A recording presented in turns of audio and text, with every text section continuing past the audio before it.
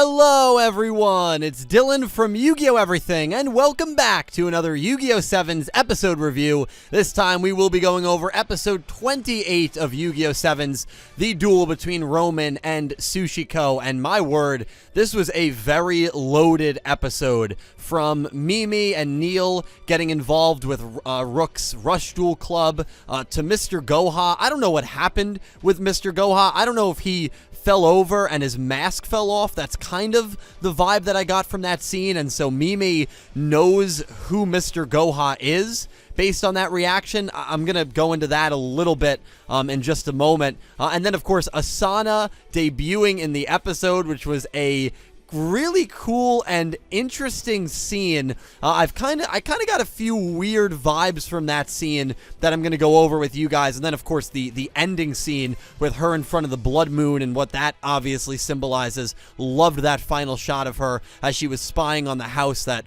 Yugioh and all of his friends are staying in. That was a very chilling final shot that I will go over. And then, of course, the duel between Romin and Sushiko that contains one of, in my opinion, the most shocking duel results that we have gotten in the Yu-Gi-Oh! Anime in maybe 5 years. I have not been this shocked at a duel result since Rin defeated Yugioh in Yu-Gi-Oh! Arc 5. I run a Yu-Gi-Oh! Pick'em League. You can check the standings. Actually, the winner of this league is going to win a brand new PS5 or new Xbox gaming console, so a big prize giveaway. Right now, there's a big tie for first place. We had over 70 entries for Romin versus Sushiko. Not a single person picked against Romin. Romin had all the momentum coming into this duel. She was using her new ace in Foldablitz.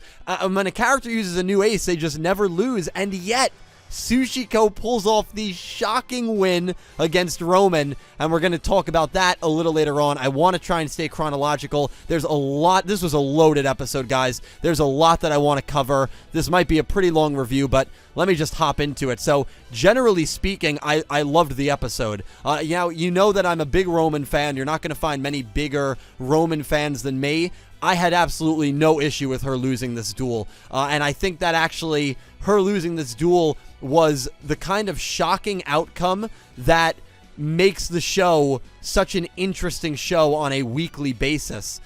This was, again, one of the more shocking results, and I guess that's where I'm going to start because that's the bulk of the episode. And Sushiko versus Romin, obviously your stakes are not that high. It has to do with what TV show the girls are going to be watching. They're fighting over the TV, which is a common thing that I feel like happens in many households, so that's definitely a relatable concept. Sushiko wants to watch this murder file, sushi mystery, and Romin wants to watch Rockfest, which I assume is a big rock festival. And so they duel for rights to the TV remote, and when your stakes are low, when you have low stakes, you can do more crazy results like this, right? If your stakes are life or death, most likely you know who's going to win. I think about Yu-Gi-Oh! Reigns, where almost every duel was life or death, or you lose the Ignis if you lose. And a lot of those results, maybe outside of like Soulburner versus Revolver, were kind of predictable. And during Reigns, I never had like a shocking moment after a duel ended where I was like, wow, I really did not think they were going to go that route. I really did not, in terms of who wins and who loses the duel. But when you have lower stakes, you can afford to do that. And Romin ends up obviously losing this duel to Sushiko, and it makes sense as to why she lost this duel. And this was one of the more unspoken things that happened in the episode. But Sushiko has a major advantage going into this duel. Think about playing the game of Yu-Gi-Oh! I think about like Yu-Gi-Oh! Duel Links, since I do play Duel Links often. If I know what deck my opponent is playing, I have a big advantage right off the bat. Now, that probably doesn't mean I'm going to win because it's me, but if you know what deck your opponent is playing, or your opponent knows what deck you're playing without you knowing what deck they're playing, they have a big advantage. That's just how it is in Yu-Gi-Oh! And Sushiko watched Romin duel Gakuto during the Roa Yuga Best of 3 tournament in the Sevens Road Rush Hall. So Sushiko knows how Romin's deck works, and Romin's deck is all about lowering life points so that her monster's effects can get off, and Sushiko hit her with a perfect counter. This entire duel was just a complete mismatch for Romin, and Romin was not anticipating being bombarded by all these effects that kept her life points high. And then eventually when Sushiko was able to get ready for that final OTK with the Sushi Angel monster, which was a beautiful monster. I think I liked that monster more than Foldablitz, actually, and Foldablitz was a really cool new ace for Romin. Romin was defeated. Sushiko was able to just defeat her, and going into that duel, Sushiko knew exactly how Romin's deck operated. She knew exactly what she had to do to counter Romin's deck, and ultimately, she outdueled Romin. There's nothing to say there. There's no excuse for Romin. She was outdueled. Now, Rook did kind of interrupt her, berserk mode, so to speak. But even if she stayed in that mode, I think she was beaten. It's not like she canceled her attack when she left the berserk mode because she wanted to watch the sushi files because Princess G was on the episode.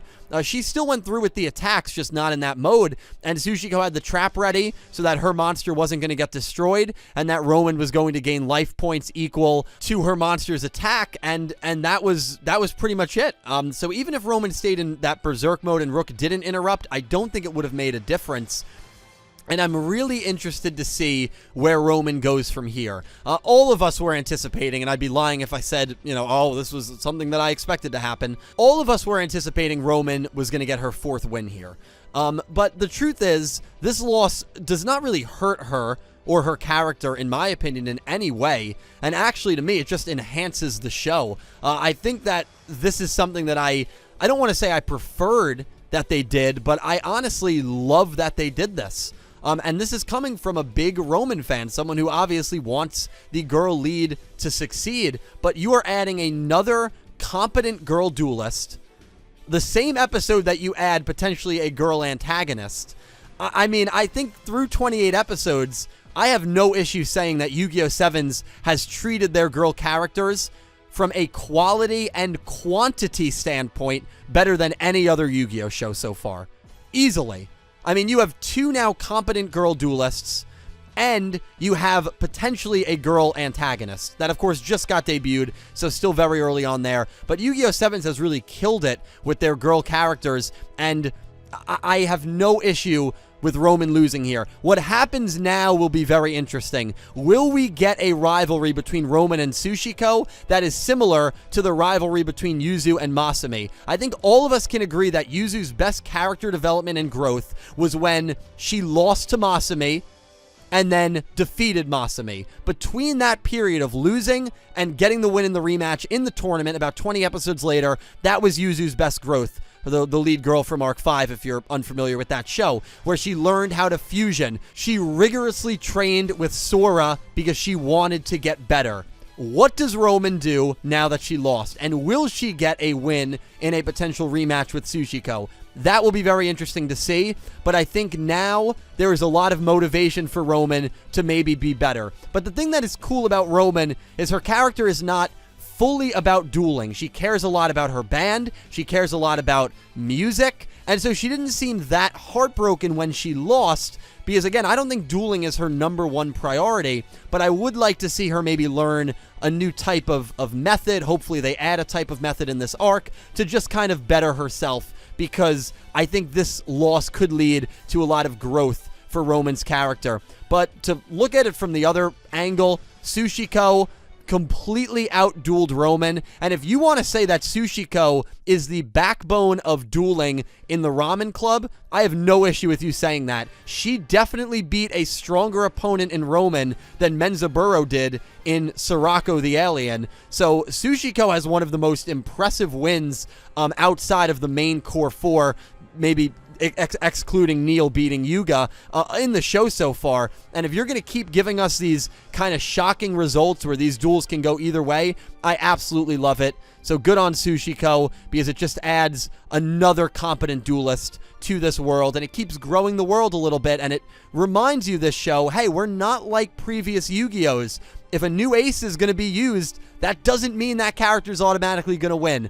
And that is just something that I love. I love the unpredictability of it. And I love when, as results come in, My jaw is on the floor. I wish I was reacting to this live with you guys because my jaw was on the floor as Romin took that attack, and I realized during that final turn that, oh my god, Roman's going to lose. A result that shocked 90% of the community, but I'm not upset about it. I'm not angry about it or sad about it. I think it was a great twist, and Sevens continues to be unique and unpredictable, which is always a really good thing, especially when you're on a 7th Yu-Gi-Oh show.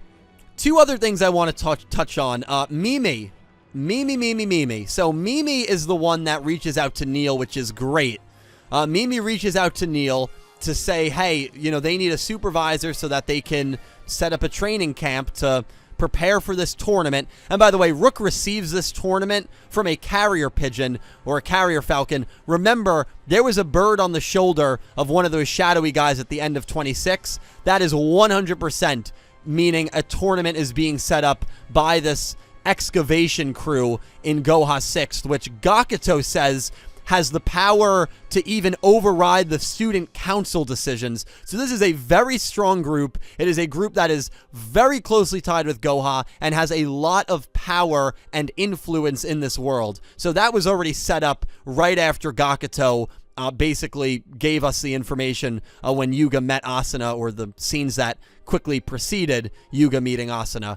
Mimi is happy because she is the only one that has not gotten demoted. And again, I'm not surprised that the other 5 members of Top of Hexagon got demoted. I was never anticipating, after Neil wiped the floor with Top of Hexagon, I think I've said it many times, I do not think Top of Hexagon is going to have any sort of role or influence to play in this show, besides being maybe minor characters like we saw in episode 27. I don't think we're ever going to learn the names of these characters. I don't think we're ever going to see them duel again unless they're going to be used for fodder. I just don't think... I think the only characters that you need to know about at Goha right now are Mimi, Neil, and Mr. Goha, and I think that's going to be the case probably for a while, unless, of course, Asana is closely working, and that's a little bit of a theory that I want to go over with you guys. But before we get to that, Mimi learns that, hey, you're also getting demoted, Mimi. So she learns that, she walks to the office, and Mr. Goha is not reacting to her coming into the office, and Mr. Goha just falls over,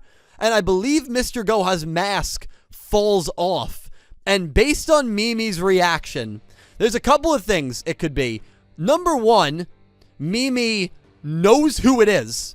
I don't think you react that way if you don't know who the person is. Or, number two, there was nobody in the Mr. Goha outfit. And how creepy would that be? That would mean that someone has been controlling the figurehead of Goha from a remote location. And, you know, the Mr. Goha falls over, the mask comes out, and it's just like a robot head. Or it's just a mannequin with a voice box. That very well could be the case as well. Those are the two things that it I think has to be, that nobody was under the mask of Mr. Goha and it's being controlled by someone who is obviously working remotely, or it is someone that Mimi knows. A Yugioh, an Otis, I don't know. To go to the Yuga Asana scene, I love Asana. I love her design. She did not seem evil or malicious in any of the scenes that we saw with her, which was interesting, but we know that her motivation is to shut down rush duels and to crush rush duels. And remember, she uses the same phrasing, "we will utterly crush rush duels," at the end of 26 that Mr. Goha used in the beginning of episode 27. Shouldn't you all be crushing rush duels? That made me start to believe that maybe Asana is Mr. Goha, or very closely related to Mr. Goha. Did anyone else see Mr. Goha's eyes on Asana's helmet when she was working? I have the picture up right now. It's not the same color, but it just reminded me a little bit of the way the eyes of Mr. Goha's mask looked. And I'm like, huh, well, maybe it's just a coincidence, or maybe there really is something deeper here between Mr. Goha and Asana. Not going to get into any theories right now, but that's just something to keep an eye on, something that I noticed. The scene was the reason that I feel there could have been romantic implications was because of the setting. You have this beautiful music, and they're driving through a field of blooming flowers. I mean, it was a very pretty and calming and beautiful scene in a way, and it made me think that there could have been some sort of romantic cues that were played in that scene. Now, the verbal exchanges of the characters did not make me think that. But even Asana, you know, holding on to the shoulders of Yugioh while Yugioh is operating the machinery, I don't know what to really take from that. I don't think there was anything romantic in the way the characters acted towards one another, but it just seemed like everything that was going on around the characters was very pretty and romanticized a little bit. You guys let me know the vibe that you got from that. But obviously Asana leaves. And at the end of the episode, we see her, and she doesn't speak maliciously. She doesn't speak evil. She doesn't even say anything that messed up. She just says, I can't wait until we finally verse each other, Oda Yugioh. But the background imagery implies an entirely different meaning to that scene. You see the blood moon, the red blood moon in the background of this shot, which was beautiful. And I love that symbolism. Obviously, a blood moon means something bad is coming. Something bad is about to happen. And I believe that's also what it means in Japan and Japanese culture. I think I even looked that up before I did this review just to make sure that my understanding of what a blood moon is similar to how people over in that country view it as well. And it is. A blood moon symbolizes something bad is about to happen. The bad that is about to happen is because of Asana and her crew, and they're probably making their move in the next episode when they duel Ron's or Rinosuke, one of Gakuto's assistants. But loved the symbolism in this episode every time Asana was on screen. Loved the shock result of Sushiko getting the win over Romin, adding another competent girl duelist to this show. And of course, potentially setting up the first girl villain in all of Yu-Gi-Oh! And that in itself is awesome. And then the Mr. Goha shot with Mimi and Neil still being involved, with Sebastian being the supervisor of the club. I mean, there was a lot of stuff. It was a loaded episode, and I absolutely loved it. I really liked the episode. But guys, you let me know your thoughts on episode 28 down below. I am really, really excited to hear what you guys thought about this episode. And a special thank you to my Platinum tier patrons, Horace Maye, Goosey Q, Panther J, Blue Maiden 28, Jarrett Buller, and Aura Dragon, and to my Diamond tier patrons, Jesse Wood, Latrell Smith, and Anime Kaput, and to my Egyptian God tier patrons, XZ's Lover 104, Pegasus Seiya, and Stella Sky. Thank you to everyone who supports me on Patreon. Thank you to everyone who's a YouTube channel member. You guys help me out so much. Thank you to everyone who watches my videos as well. I am so excited to talk to you all down below. I will talk to you down below. Make sure you leave your comments. Thank you all so much for watching, and I hope you have an amazing day.